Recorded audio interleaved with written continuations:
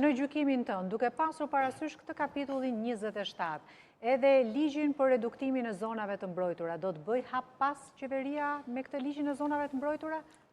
Qeveria s'do ta kisha miratuar kur ligjin Mirë, që po ka tani miratuar për zonat e mund të mbrojtura. ketë, se siç po të rriqet nga ligji investime strategjike, mund të rriqet edhe nga ligji i zonave të mbrojtura.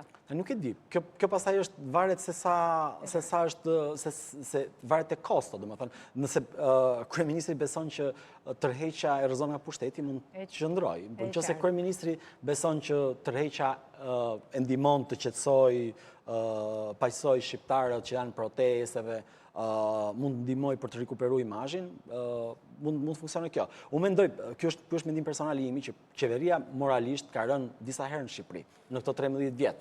Pa llogaritur sa herë kanë rënë qeveritë më parë pa paruar mandati, por qeveria tani ka rënë disa herë. Ka rënë në skandalin e incineratorëve, bën sens të vazhdonte. Ka rënë me urdhrat e arrestit për zëvendës kryeministrat 2 në listë, ka rënë me urdhër me arrestimin e kryetarit Bashkisë Tiranës. Unë mendoj që qeveria në çdo vend tjetër demokratik ka rënë disa herë në Shqipëri. Problemi është që jemi në një vend ku në fund pasi ka rënë, marr një rast një ish deputetit Partisë Socialiste që u dënua për korrupsion në zgjedhje bashkëpunimi me krimin organizuar dhe në fund fare dekorohet.